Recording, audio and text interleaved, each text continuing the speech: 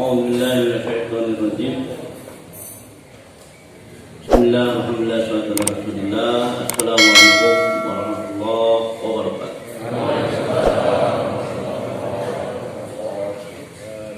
Alhamdulillah, alhamdulillahil alamin wa bihi nasta'in ala umuri dunya waddin. Assalatu wassalamu ala asyrafil anbiya'i wal mursalin wa ala alihi wa sahbihi ajma'in. Amma ba'd. Bapak-bapak dan ibu-ibu yang dirahmati Allah, pertama alhamdulillah alamin. Mari kita tidak henti memuji Allah atas segala peran Allah, jasa Allah dalam kehidupan. Yang kedua, marilah kita mendoakan Rasulullah, Allahumma sholli ala sayyidina Muhammad. Insyaallah pada kesempatan kali ini kita akan mereview ulang tentang interaksi kita dengan Al-Quran. Tentang interaksi kita dengan apakah kita sudah memenuhi tugas kita terhadap Al-Quran atau belum.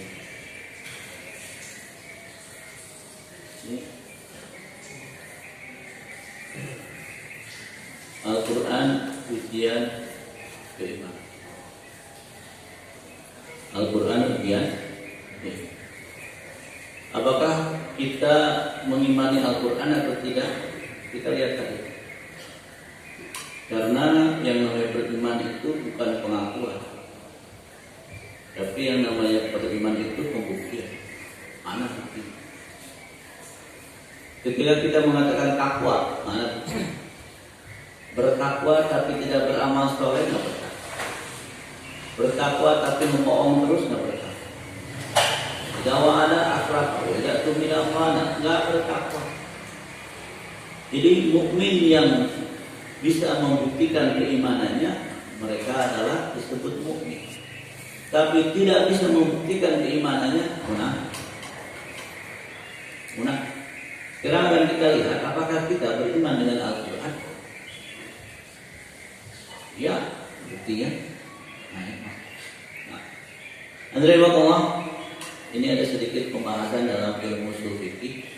Kalau kita bertanya, apakah Al-Quran dari Allah? Jawabannya iya, Al-Quran dari Allah. Buktinya. Qala Allah Ta'ala, kan kita bertanya, Quran dari Allah. Belum bisa memakai ayat Quran karena masih bertanya. Kalau sudah ditetapkan baru qala Allah Ta'ala. Maka Al-Quran itu dari Allah karena satu mukjizat Al-Quran, dua karena diriwayatkan dengan mutawatir. Dengan dua hal ini pasti Quran dari Allah. Apa mukjizat Al-Quran? Memastikan bahwa enggak mungkin karangan Muhammad. Yang kedua, mutawatir. Apa mutawatir? Al-Quran diriwayatkan dengan cara periwayatan yang tidak ada kemungkinan bohong. Namanya mutawatir. Jadi kalau Injil, kita teliti Injil dari Allah bukan? Tes aja, mutawatir atau bukan? Enggak, berarti enggak dari Allah. Kenapa? Yang ada sekarang bukan yang dulu ya. Tapi sekian abad menjamin itu tetap asli, nggak bisa. Kenapa? Riwayat tidak mutawatir. Juga mukjizat Al-Quran. Jadi ada dua, mukjizat Al-Quran menunjukkan Quran dari Allah. Yang kedua, yang namanya apa? Mutawatir. Al-Quran adalah mutawatir. Kita lihat dulu bagaimana mukjizat Al-Quran. Banyak mukjizat Al-Quran, mukjizat bahasa, kita tidak bisa memahaminya karena kita tidak mempunyai perangkat bahasa Arab.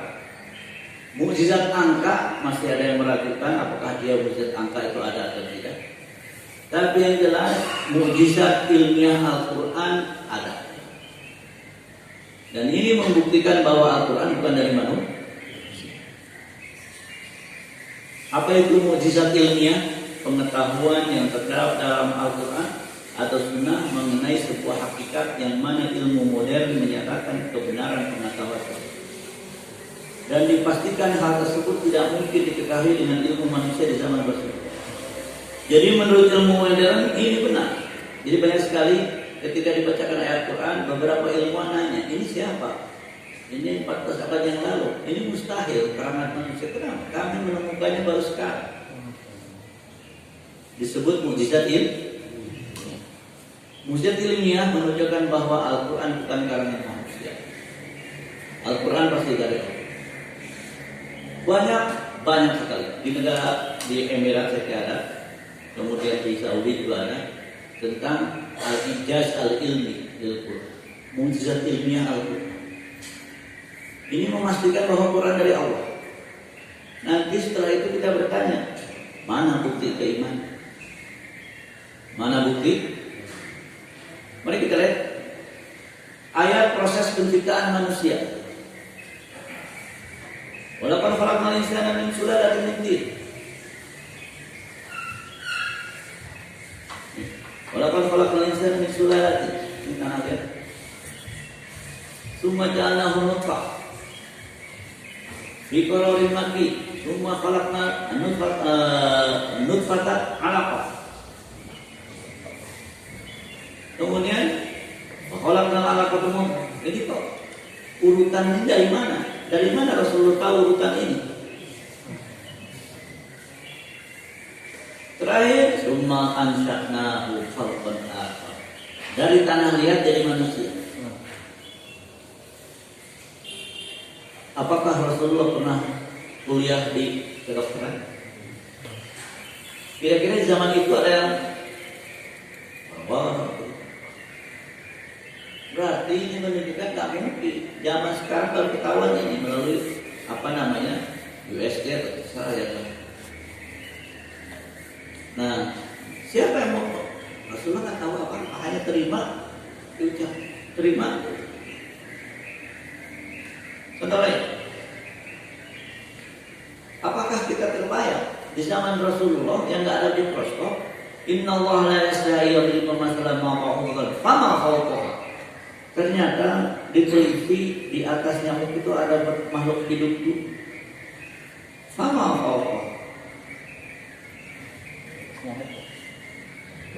Nyamuk. Ini gambarnya. Ini gambarnya. Mungkin nggak Rasulullah ini mikroskop? Tidak yang melihatnya. Nah, ini ilmu nyamuk. Saya punya teman belajar ilmu standar di Jerman. Saya waktu tanya, tahu nggak pencernaan lalat di mana? Kenapa? Al-Quran bilang lalat itu kalau menelan sesuatu yang ditelan nggak ketemu di perut. Atau sebelumnya, saya tanya, akal manusia di kepala atau di hati? Kepala ya, hati. Al-Quran mengatakan di hati. Lahum qulubun yaqiluna biha. Ternyata setelah diteliti benar, bukan di sini, di sini. Jadi afalat aqilun di sini. Otak ya. Tapi akal enggak. Lihat. Memang ini tulisannya bahasa Arab itu, dan diterjemah.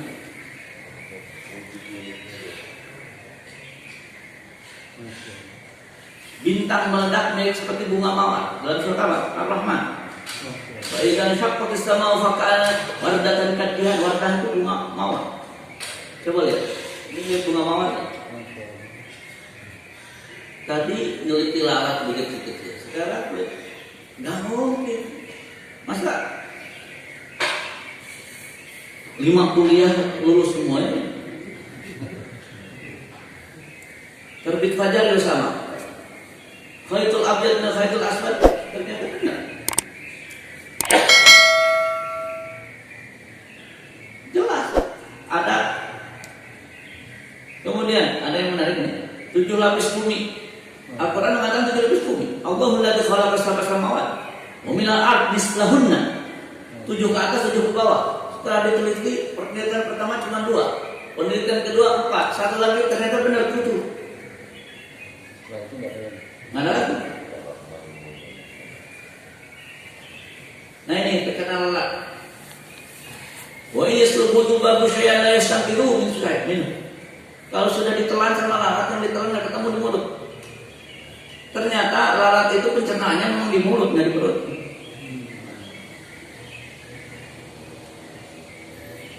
Mukjizat ilmu memastikan bahwa Al-Quran bukan karangan Allah. Terlalu banyak. Semakin tinggi, semakin sulit bernapas. Karena yas'adu fis sama. Laut yang menyala, kebayang nggak? Laut ada api. Ternyata di kepulauan Hawaii ada. Jauhnya gimana? Dari Jazirah Arab ke kepulauan Hawaii. Dan ini nggak berhenti. Dari sejak dulu sekarang nggak. Lautnya nggak jadi panas, apinya nggak mati. Di permukaan laut. Disebutnya wal bahri al-masjud. Al-masjud yang menyala. Juga kebohongan itu di sini pusat kebohongan. Setelah diteliti betul juga itu kebohongan itu pusatnya di sini. Ada apa? Nasiah kalibah.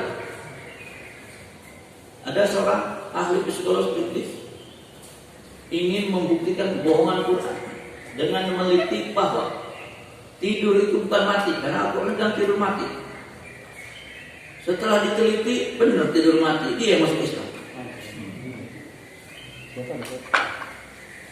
Saya nggak hafal namanya, tapi memang dia kepala sudah agak lama waktu itu saya sedang di Sudan.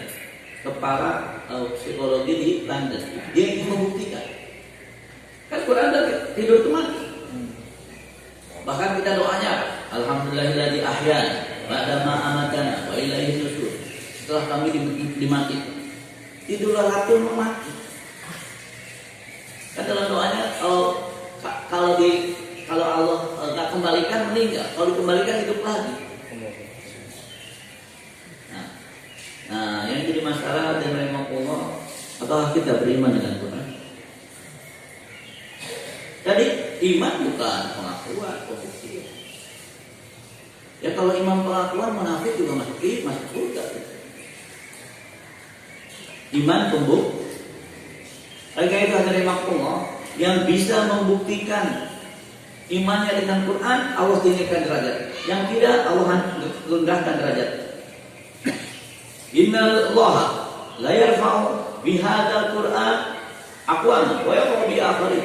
Sahih kehidupan. Dengan Al-Quran Allah mengangkat derajat beberapa kaum, dan dengan Al-Quran Allah merendahkan beberapa kaum.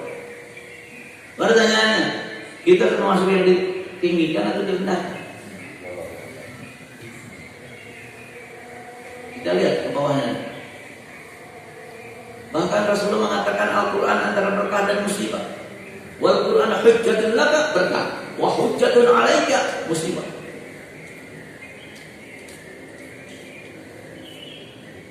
Doa hafalan Quran, Allahumma ij'alhu syafi'an lana, hujjatan lana, menguntungkan buat kita. La hujjatan 'alaina, jangan jadikan Quran yang merugikan kita di hari kiamat. Masih pertanyaan, kita beriman sama Quran. Kenapa?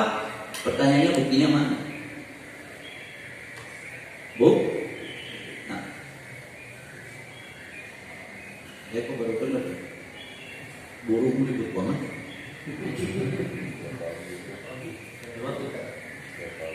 Ini pembahasan soal ini. Nah, ancaman tidak mengamalkan ini hadis Sahih Bukhari. Ya, Sahih Bukhari. Ini hadis panjang. Saya belum terjemahkan memang.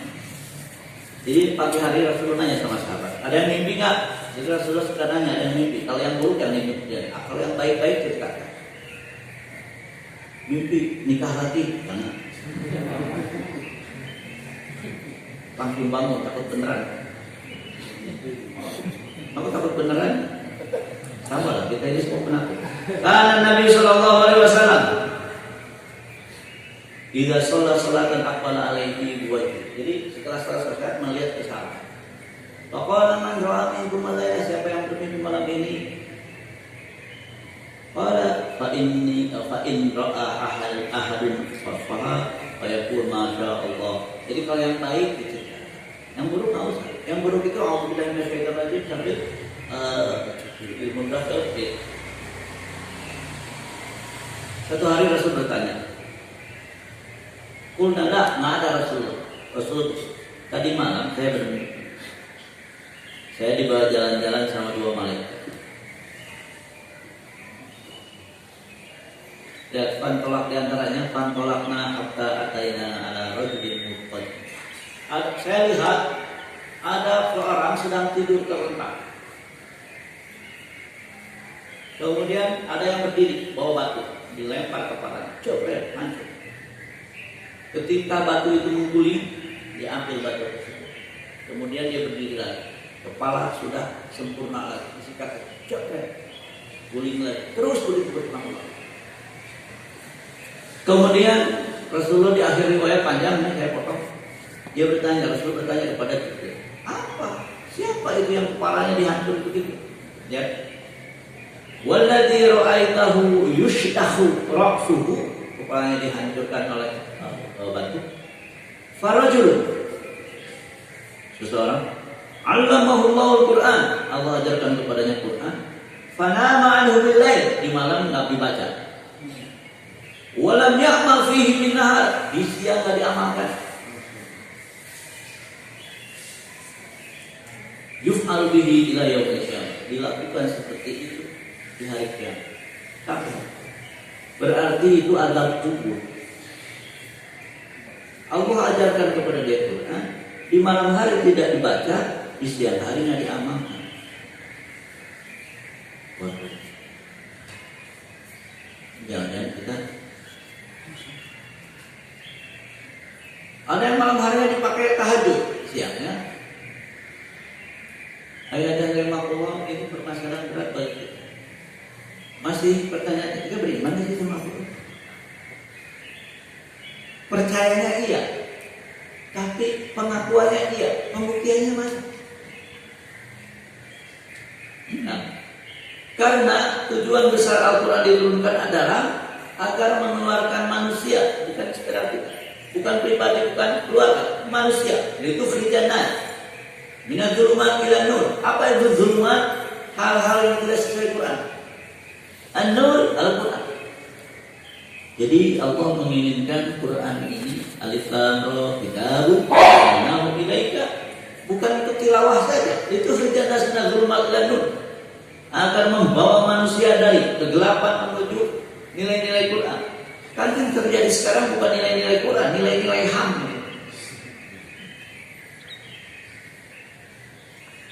Itu hijaz-nas nazulumat ila nur.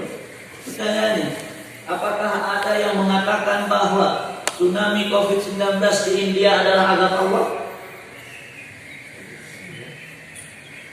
Ya kan? Karena ini.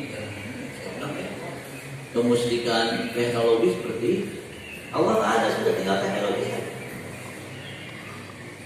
Bahkan dalam hadis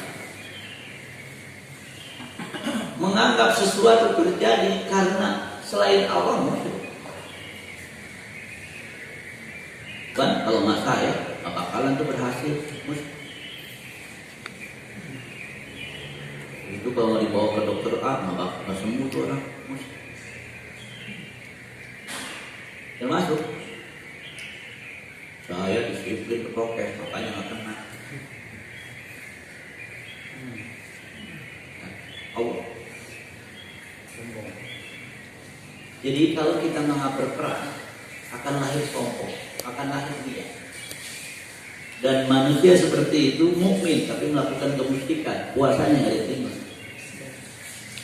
Jadi tujuan besar apa? Itu khrijanas minaz zulumat ila nur.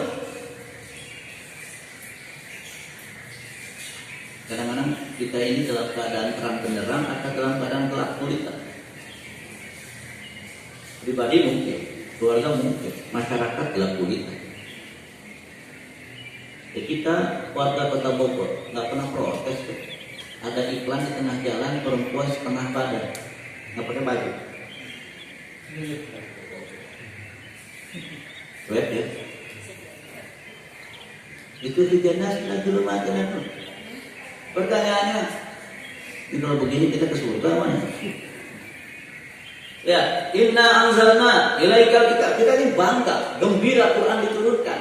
Quran diturunkan itu mana syukurnya? Apa itu syukur? Syukur itu membayar sesuatu dengan ibadah. Syukur itu membayar sesuatu dengan ibadah. Yang namanya syukur membayar jasa Allah dengan ibadah. Makanya kalau kita hitung nikmat Allah dan Allah wajibkan kepada kita untuk dibayar, wah itu maka bahaya. Makanya ibadah kita ini hanya ingin memicu rahmat Allah, karena mungkin yang pernah diriwayatkan bahwa seorang hamba Allah Bani Israel 70 tahun beribadah, 70 tahun. Berarti 70 tahun itu sampai aki-aki beribadah. 70 tahun. Ketika dihitung penglihatan, nikmat penglihatan habis beribadah. Habis. Jadi syukur itu membayar apa? Nikmat dengan ibadah. Nah, kemudian inna anzalna ilaikal kitab bil haqq litahkuma bainan nas bima arafallah, agar kalian wahai Muhammad menghukumi kepada manusia dengan pendapat Allah. Kita dengan pendapat Allah, dengan pendapat hamba. Bima arafallah. Nah, ini juga permasalahan bagi kita. Oleh karena itu nanti akan ada urutannya. Bagaimana meninggalkan Quran. Quran jelas berat. Lau anzalna hadzal Qur'ana ala jabalin ra'aytahu khashi'an mutasaddian min khasyatillah. Berat. Ya, gunungnya enggak kuat gitu. Lihat dalam tafsir, kalau kami turunkan Quran ini kepada gunung dan memahami apa yang ada dalam Quran min wa'din wa wa'idin, antara janji ancaman dan janji nikmat, la absartahu ala quwwatihi wa fiddati salabati wa qamatihi khadi'an dalilan mutasyaqqiqan min khasyatillah. Apa? Hancur karena khasyah, takut kepada Allah. Itu kita. Nah, oleh karena itu Allah tadi pertanyaannya, apakah kita beriman? Kenapa? Karena fenomena tidak menjadikan Al-Quran petunjuk. Dalam Al-Furqan 39, qala Rasul mengadu, ya Rabbi, inna qaumi ittakhadhu hadzal Qur'ana mahjura. Ya Tuhanku, sesungguhnya kaumku telah menjadikan Al-Quran ini sesuatu yang tidak diajukan. Diambil, cuma dikuekin. Diambil, cuma tidak dijadikan hidayah. Diambil, akan tetapi mahjur.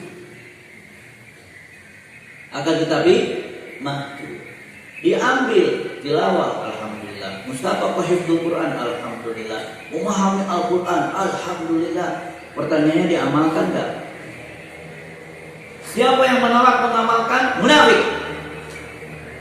Ya, dalam surah An-Nisa, alam tara ilal ladzina yaz'umuna annahum amanu bima unzila ilaik. Apakah kalian tidak melihat mereka yang menyangka bahwa mereka beriman kepada Quran? Yuriduna ayatahakamu ilal taghut wa qad umiru ayaqulu bihi wa yuridu syaitan ayyudillahum dhalalan ba'ida. Wa idza qila lahum, kalau mereka diajak, ta'alu ila ma anzalallah wa ila rasul wa ila munafiqina yasuduna angkas. Kalau diajak kepada Quran dan Sunnah, mereka orang munafik menolak. Karena munafik itu paling tidak mau dengan keimanan. Kenapa? Kalau keimanan mereka dilarang maksiat, mereka itu ingin maksiat. Mereka berprinsip lebih baik dibawa masuk neraka daripada dipaksa masuk surga. Munafik itu. Dan Al-Quran berkata seperti itu. Siapa yang paling tidak siap dengan Al-Quran? Munafik. Ra'aital munafiqin yasuduna angka sududa. Mereka itu menolak.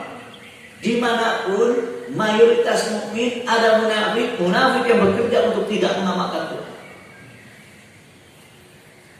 Jadi, kalau bisa membuktikan beriman, kalau tidak munafik. Nah, oleh karena itu ini saya salahkan dari perkataan Ibnu Taimiyah. Ibnu Taimiyah mengatakan Man lam yaqra'ul Qur'an faqad hajarahu. Kalau tidak membaca, tidak mendengar Quran, sudah meninggalkan Quran. Barang siapa membaca tapi tidak memahami, sudah meninggalkan Quran. Barang siapa membaca, mentadabburi tapi tidak mengamalkan, sudah meninggalkan Quran. Nah, yang jadi masalah, kita mengamalkan, pertanyaannya seluruhnya sebagian. Kenapa? Karena ada fenomena zakat oke, wakaf oke, riba tak mau. Zakat oke, wakaf oke, bank riba. Nah, pengennya gimana? Seperti Yahudi yang suka diambil, yang nggak suka dibuang. Apa tuh minum dan riba itu kita setelah ini. Kemudian dari Allah, pertanyaannya adalah seberapa jauh Quran mewarnai kita. Pribadi, alhamdulillah. Masyarakat, keluarga, masyarakat, kayaknya memang agak susah juga. Kalau masyarakat, nah, makanya ada dalam fikih itu namanya ta'zir. Ta'zir itu hukuman ditentukan oleh pemerintah yang tidak ditentukan oleh hudud dan tidak ditentukan oleh Rasul. Di antara contohnya, kalau ada orang nggak bayar zakat, apa? Diberi hukuman supaya bayar zakat. Misalkan dibuatkan penjara orang nggak bayar zakat. Jadi kalau namanya wajib tidak dilaksanakan dihukum. Ada nama ta'zir. Makanya sholat wajib, tidak sholat memang dosa. Tapi jangan mengandalkan dosa saja, masukin ke penjara supaya sampai sholat. Jadi kalau ada rehabilitasi narkoba, ini rehabilitasi sholat. Kira-kira banyak gak? Tetangga pada hilang. Seberapa jauh Quran mewarnai hidup kita? Ini tanya. Permasalahannya adalah yang memang Allah, permasalahan kita adalah ternyata kita ini situasinya sedang jauh dari Allah. Tilawah pertama hebat, ya Pak, tapi masalah mengamalkan masih sangat cepat. Sederhana, nggak usah jauh-jauh. Berapa persen ekonomi Indonesia ribanya? Sudah 5%. 5% kali itu pun masih di gereja kiri kanan. Yang menarik lagi, memang mayoritas Indonesia berapa persen sih muslimnya? 80. Ribanya 95. Lebih besar mana dosa zina atau dosa riba?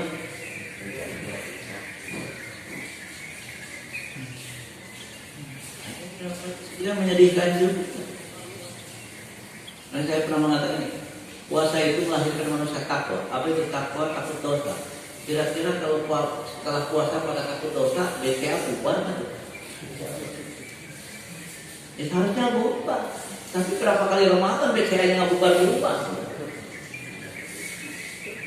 Yang usaha BCA, BNI. Karena nggak ada BNI syariah, kita nggak ada BSI. Jadi terima Allah, lihat teguran Allah tentang alam yang lilladzina amanu an takhsha'a qulubuhum. Apakah belum datang waktunya bagi orang beriman untuk khusyuk terhadap yang mereka baca dalam zikir dan memahami menyadari isi Al-Quran. Wa ma nazala minal. Permasalahannya ini nggak sadar-sadar. Ayatnya Allah. Jadi pertanyaan mendasar bagi kita, ya Allah. Makanya tadi ada apa? Kira-kira kalau kondisi begini, kita ini selamat kali.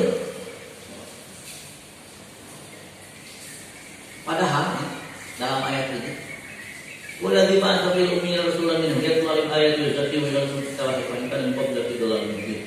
Dengan Al-Quran, bangsa Arab yang terbelakang menjadi bangsa Arab yang maju dan berkembang.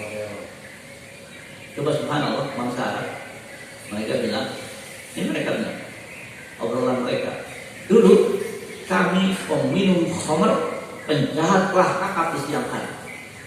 Setelah masuk Islam berubah. Apa? Di malam hari mereka tahajud, di siang hari mereka menjadi orang-orang baik. Baik, harus dapat pikiran. Itu para sahabat semuanya. Ada seorang sahabat datang ke Rasulullah. Rasulullah kenal saya. Kamu siapa? Saya yang tahun lalu masuk Islam. Kenapa kok berubah begini Rasulullah? Setelah saya masuk Islam, gak pernah saya tinggalkan puasa sehari, terus puasa. Jadi ketika beriman itu betul-betul dibuktikan.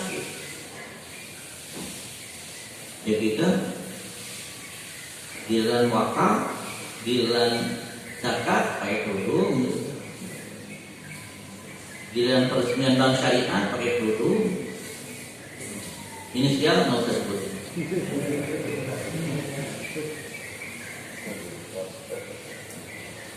Giliran ngerjain riba ya kerudungnya juga hilang.